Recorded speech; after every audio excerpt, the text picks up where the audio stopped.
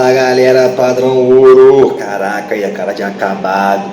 É isso aí, galera, ó, 6h10 da manhã. Fim de plantones. Fim de plantones. Bom, tivemos hoje aí alguns casos interessantes. Tivemos um caso, né?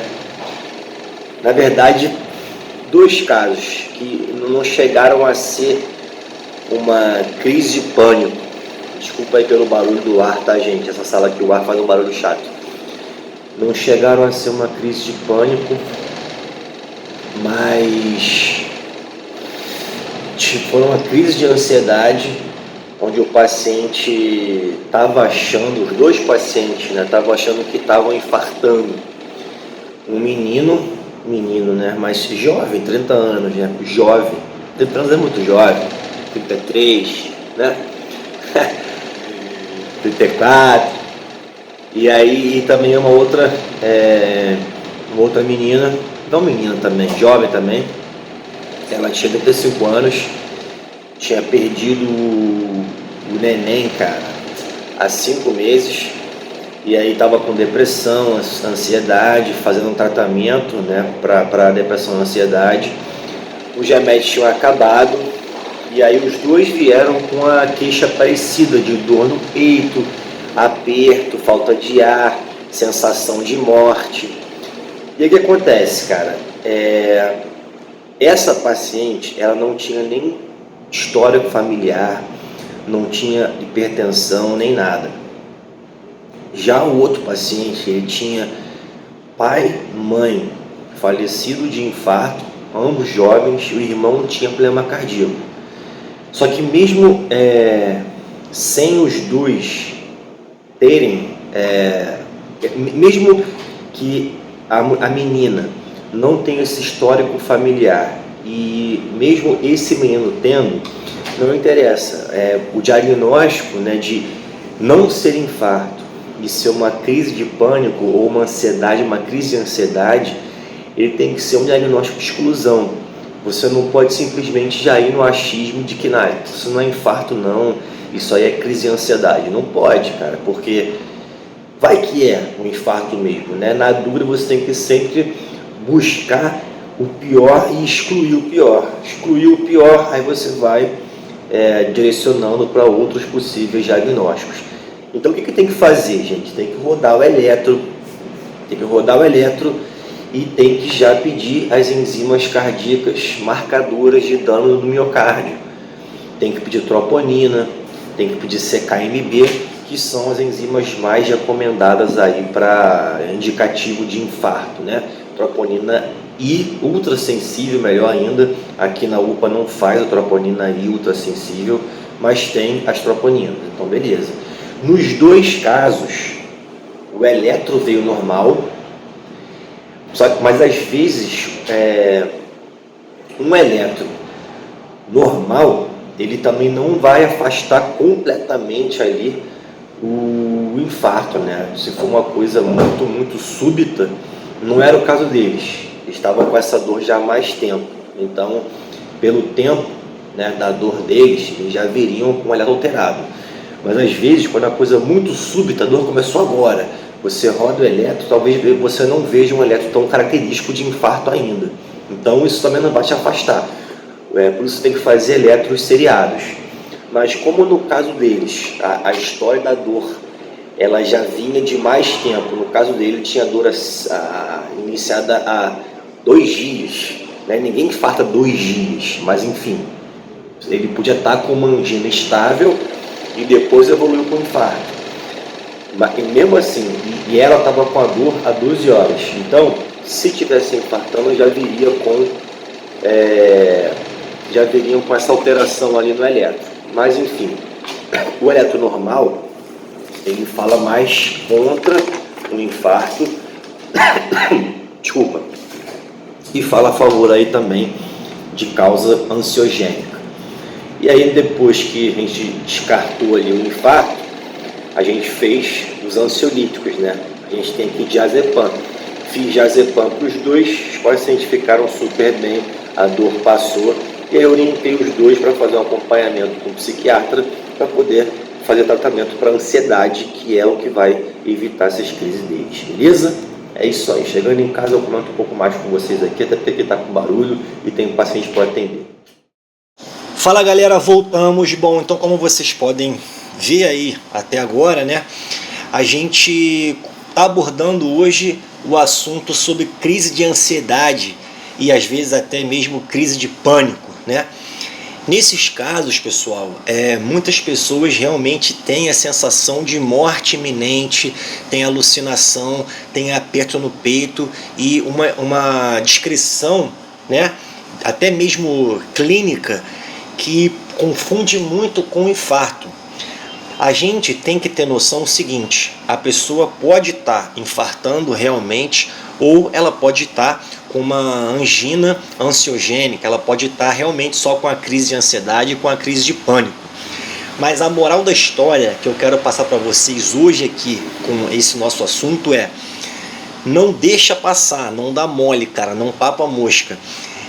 Na dúvida, você vai fazer o protocolo como se fosse para o infarto, porque eu já vi, gente, tô falando sério, eu já vi médicos experientes, né, que falavam assim: ah não, cara, isso aí não é infarto, isso aí, cara, é crise de ansiedade, isso aí é piti. E aí paparam mosca, a pessoa realmente estava infartando.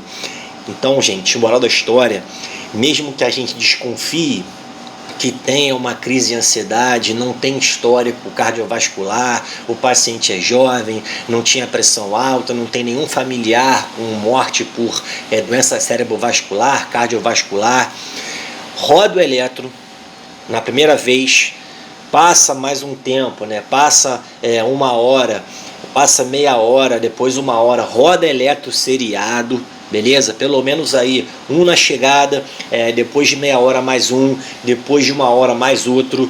Começa a curvar as enzimas.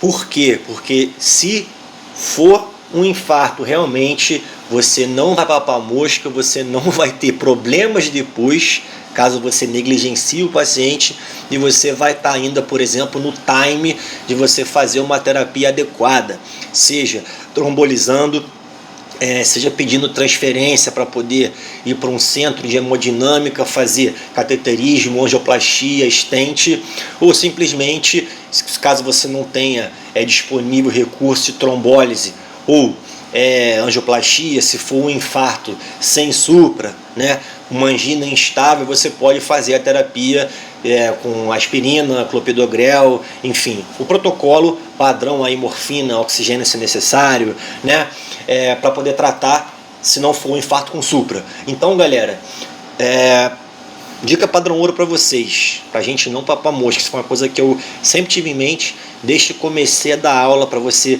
não subestimar uma pergunta de um aluno e depois trazendo para a medicina, para você não subestimar a clínica de um paciente.